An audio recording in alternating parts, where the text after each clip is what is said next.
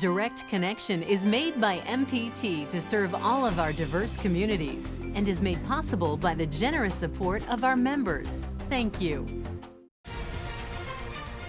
Live from Maryland Public Television, this is Direct Connection with Jeff Salkin. Good evening. Welcome to Direct Connection. Coming up tonight, we will talk live with one of the doctors working on a coronavirus vaccine. That's ahead, but we begin tonight with the political aftershocks from the death of Supreme Court Justice Ruth Bader Ginsburg. Supporters gathered at the court, leaving makeshift memorials to the second woman ever seated on the high court. The tributes were bipartisan, with Governor Hogan calling Ginsburg a revered jurist, a trailblazer for women's rights, and a fierce advocate for justice. We spoke a short time ago with Maryland's senior U.S. Senator Ben Cardin. Senator, thank you for being with us. What stands out for you when you think about Ruth Bader Ginsburg, the person and also the justice? Justice Ginsburg, what a pioneer, what a leader. Her opinions really struck a chord with the American people. She used the dissent to really help us chart the future. We saw that with the Lilly Ledbetter dissent that she wrote, and I might say also Shelby County decision. Her majority opinions were listened to by so many people. She was an inspiration to young people all over the world.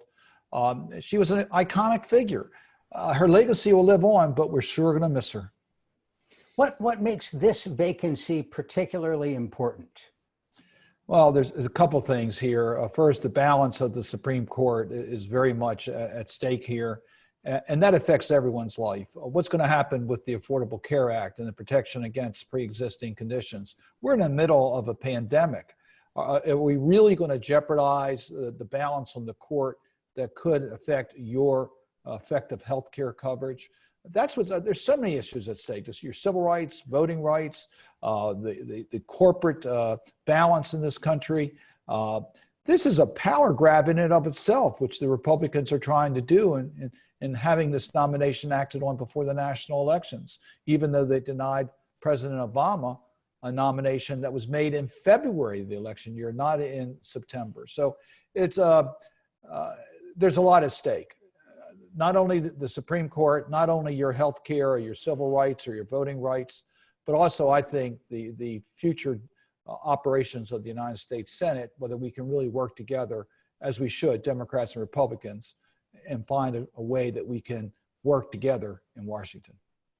Is there anything in the Constitution that says there shouldn't be a vote here, or is it the precedent, if it is a precedent of what happened 4 years ago with the Garland appointment?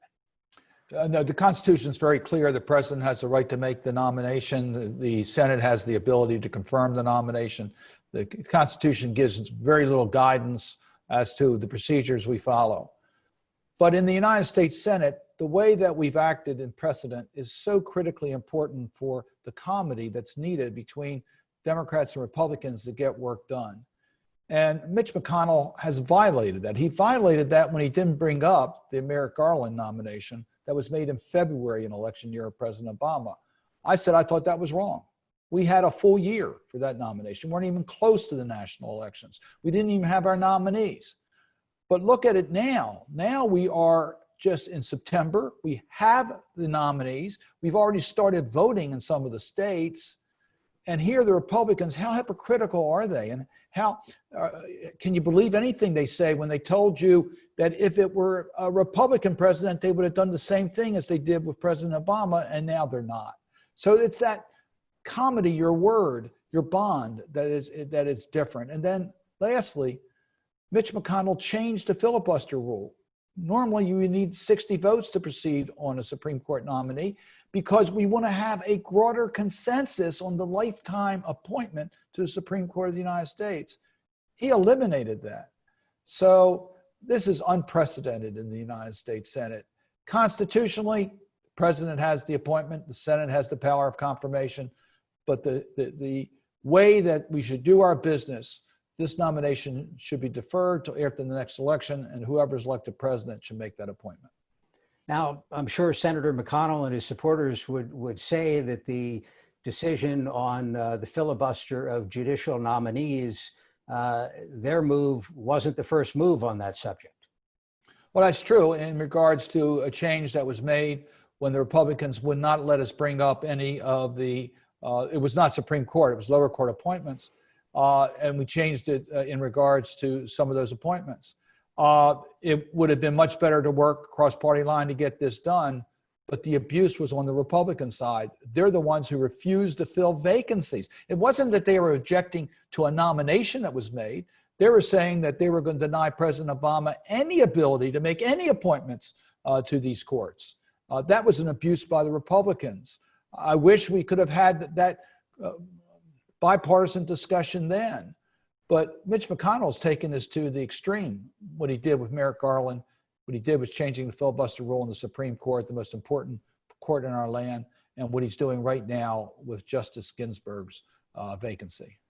You know, the importance of the Supreme Court, I saw you interviewed on the BBC earlier today, and the presenters with British accents were struggling to understand, I think, the importance of a Supreme Court justice here. Can we ever dial it back a little bit?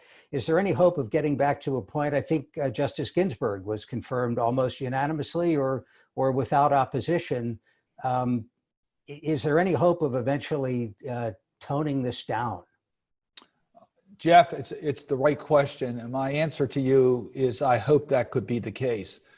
I can tell you when I was first elected to the Senate in 2007, it was different than it is today. And I'm not happy about the change. We need to return to the traditions of the Senate.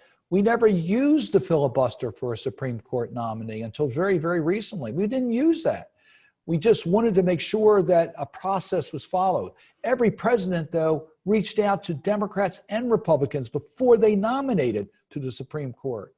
I was on the Judiciary Committee for a couple nominations, and I can tell you the president called me personally in order to get our views and to try to get a broader consensus. And you can work on it and easily get 60 votes consensus.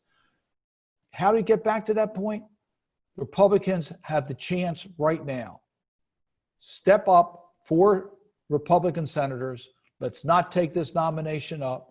Create the goodwill on both sides of the aisle, and let's get back to what the voters and constituents of our country want to see. Democrats and Republicans working in the best interests of our country in the United States Senate. But do the raw politics of the moment point them in the other direction? You're not up for election this cycle, so maybe you can talk about it a little bit more freely, but the conventional wisdom as of today is that this helps Trump, whose supporters were maybe a little less energized, animated. Now they've got something that is not the coronavirus and is not a bunch of other issues that has motivated Republicans in the past, while Democrats, yes, this is going to be motivating, but they were already highly motivated, and it maybe doesn't add much at the margins. Do you see it differently? Well, I do think this is connected to the coronavirus, because the balance on the Supreme Court could very well determine the future of the Affordable Care Act and protections against pre-existing conditions. And your healthcare coverage could very much be in jeopardy.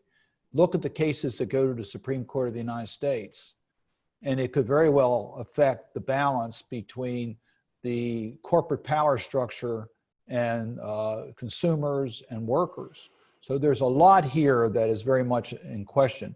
The balance could affect your civil liberties, as we have seen the rise of the concern about systemic racism in America. So I do think that this underscores some of the major issues that were present in this campaign prior to Justice Ginsburg's death. But at the bottom of all of this is, what do we do for the best interests of our country? Why are we elected to office? We're elected to serve the people. And right now, the people have a right to have their voices heard. The election's in 6 weeks. Let's defer this nomination. Let's listen to what the voters say. And if President Trump is reelected, then I would hope Democrats would work with Republicans and the president would work with the Senate to try to find a process forward that we don't get involved in this partisan play for every nomination that's made. Is that not, though, what Republicans were saying 4 years ago? Let's wait, let the voters have a say. And Democrats were saying we have a nominee, we need to vote. This time it's flipped. Accusations of hypocrisy all around. It's a big difference, though, Jeff, when you have a vacancy in February of the election year, and that's what was the case for President Obama, and you have a vacancy in September. The normal process for vetting a nomination, the president appointing that person, the person having the interviews with the members of the United States Senate, the investigations done by the Judiciary Committee prior to the hearing, the committee hearings, the follow-up from the committee hearings, the debate on the floor of the United States Senate, all that requires months of deliberation. We only have 6 weeks, and we need to deal with COVID-19. We need to deal with the budget of our country to get it done. The fiscal year starts October 1. We have important business we have to get done. We just literally don't have the time to do it. But just as importantly, the election has already started. This is not like we're in an election year and we haven't chosen our candidates yet. We haven't had the conventions. We have plenty of time this summer. We have a lot of things we can get done. It's been an unwritten rule in the United States Senate that come July 1st is usually the time where you put a halt to judicial appointments and confirmations, because these are lifetime appointments and we don't want them involved in partisan politics around elections. So there's been an informal rule in the United States Senate about that.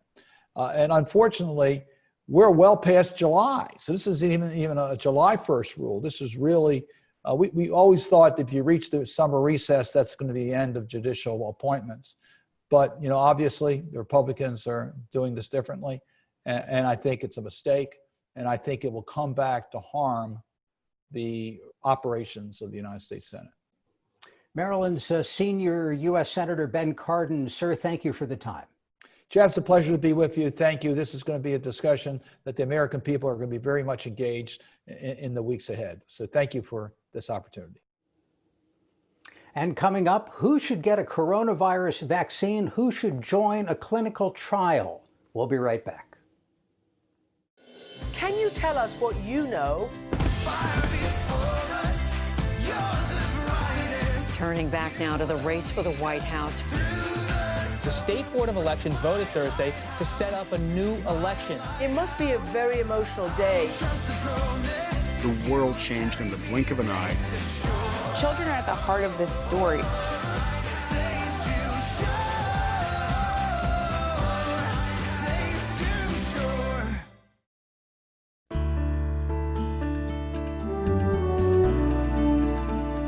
And joining us for our Your Health segment is Dr. Matthew Lawrence, a pediatric infectious diseases specialist and one of the researchers involved in the Moderna coronavirus vaccine trial. He's an associate professor at the University of Maryland School of Medicine.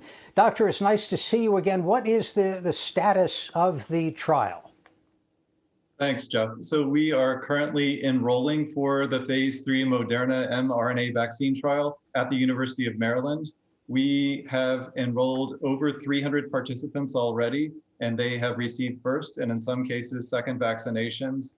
And there is a lot of enthusiasm among our volunteer participants as they help us in the fight to determine a coronavirus vaccine and develop one.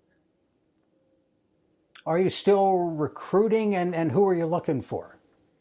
Sure. So yes. Thank you. We are still recruiting for this current vaccine trial, and we're looking for adults aged 18 and over who are at risk for coronavirus transmission.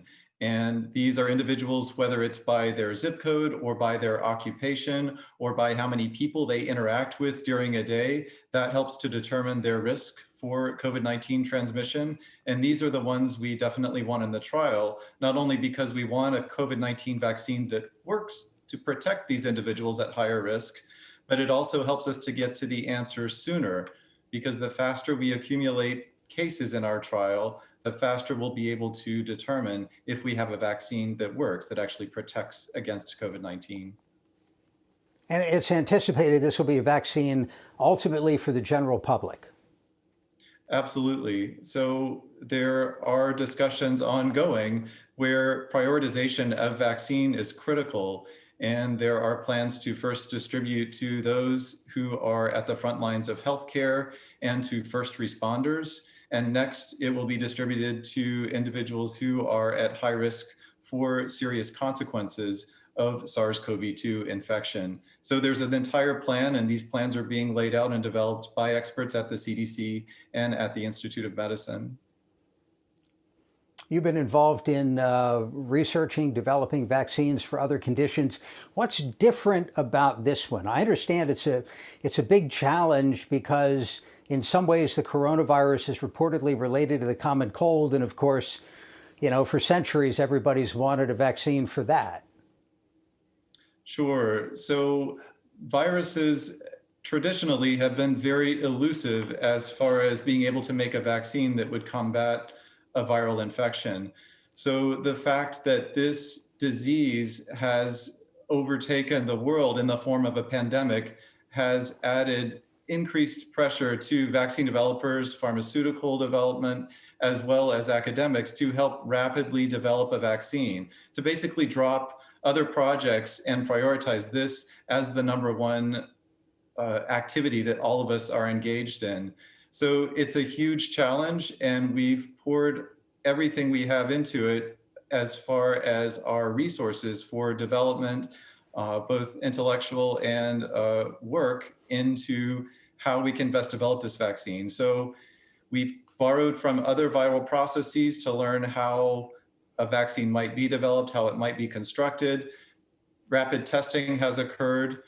There has been a lot of financial support from public-private partnerships, as well as individual donors and countries who have said that we want to prioritize this development of this vaccine. And that has allowed us to engage step by step without much space in between steps to rapidly get to where we are now, which is a phase 3 trial to look at efficacy or how well the vaccine might work. So there's been a lot of effort and a lot of development over the past 6 months and year.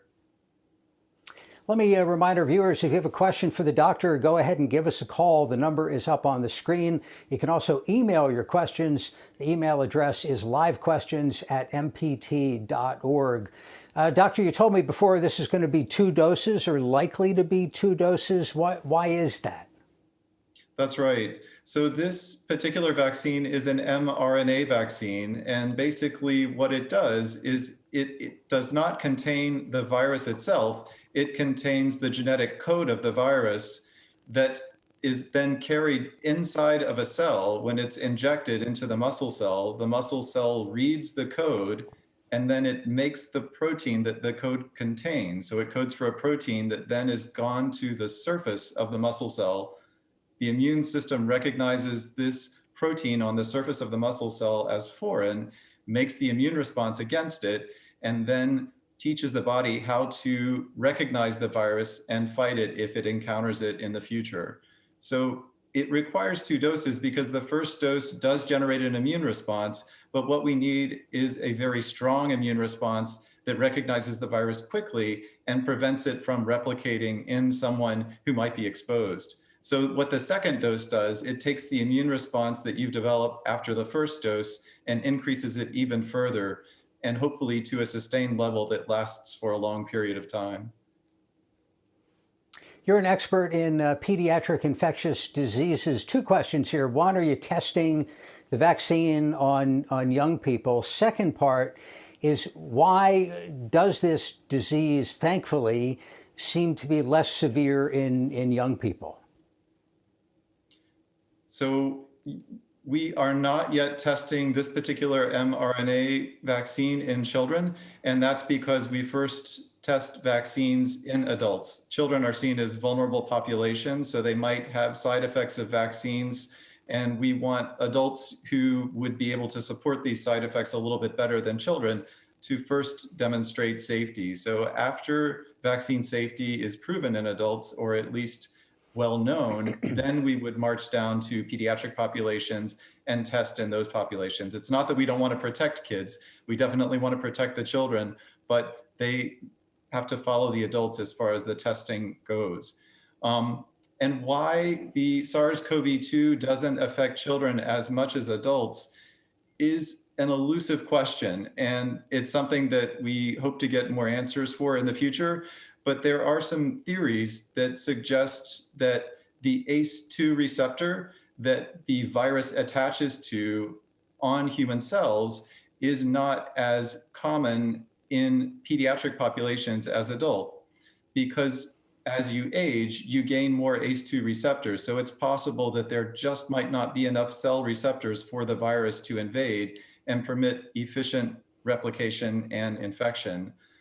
Another theory is that the inflammatory response in children might not be the same as adults, and we might not be seeing as many pediatric cases because perhaps they're not being tested, or for other reasons, they might not just be as susceptible as adults to transmission. Let's take a call from Harford County. This is Paul. Paul, thank you for calling. Go ahead. Good evening. Why can't the vaccine candidates be combined and mixed and given as a single shot? I understand there is safety issues, but under the circumstances, vaccines such as DPT and MMR are multi-antigen vaccines that are used. Paul, that's a great question. Thank you so much. Doctor, I mean, what if you just mixed them all together? So we prefer to give 2 doses of the vaccine, and the same is true with DPT, and the same is true with MMR. During routine childhood immunizations, you don't receive just one of those, you receive a series of vaccinations, because the initial vaccine teaches the immune system to recognize the foreign antigen and give an immune response, but that immune response isn't quite sufficient enough to ensure that you won't have infection later on. So when we give a second dose, that achieves an even higher level of immunity and provides protection against infection in the future. So that's why the 2 doses are seen as necessary for this vaccine. Of course, it would be more efficient to give everyone a single vaccine, and that would be ideal. And perhaps that will be in the future as we develop more candidates for SARS-CoV-2 vaccines. Doctor, one of our viewers writes in to say, has the vaccine process been so politicized that the public should be leery of a vaccine approval just to accomplish a political agenda? That is a political question, not for you. Question for you is, how confident should we be in the medical work that's being done here? And what is a realistic timetable for your vaccine or one of the others? Sure. So I think we can be very confident that everything is being done to watch over the safety of this vaccine that's being tested and all the other vaccines that are currently in human clinical trials. And one example is the AstraZeneca study, where an individual who was a participant in that study experienced an illness.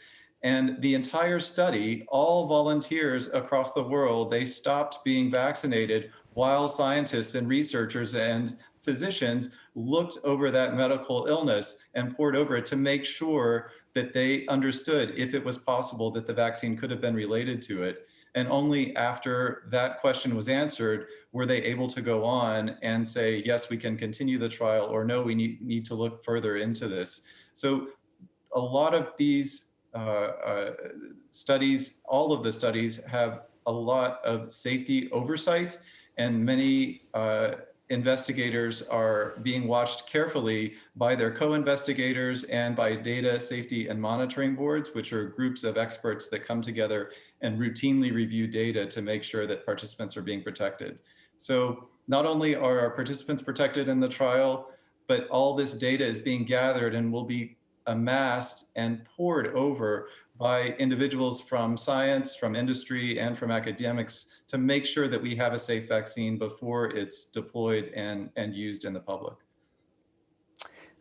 Just over a minute, so a quick phone call, Baltimore City. This is Charles. Charles, what's your question? Charles, are you there? Yes, sir. What's your question, sir? I need to probably have a test. I've been under extreme difficulties for the last 11 days, over 24 hours a day, 7, 8, 9 days, heat all around the clock. Charles, if you can get to a computer, the best place to get that information is coronavirus.maryland.gov. Doctor, anything you would add? And that's a great way to bring this home for patients out there in terms of the best way to get tested right now. Sure. And different counties and Baltimore City, they all have testing sites that they're supporting. So the best place to look for your local testing site would be to look for your local county health department or Baltimore City Health Department to find where testing can be obtained and the times where testing is done. And I don't know how much you're in the hospital, but the data on how many people are hospitalized has been great. Hope that's a trend that continues. Yes, absolutely. It's encouraging to see the hospitalization rates go down. We still need to have continued testing as school has resumed and many schools are resuming in-person instruction. And this requires testing. Yep. Dr. Matt Lawrence, we appreciate the time, sir. Thank you very much. And thank you for joining us for Direct Connection. We're back Friday with State Circle and the latest on Maryland politics. Now, for all of us at MPT, thanks for watching and have a good night.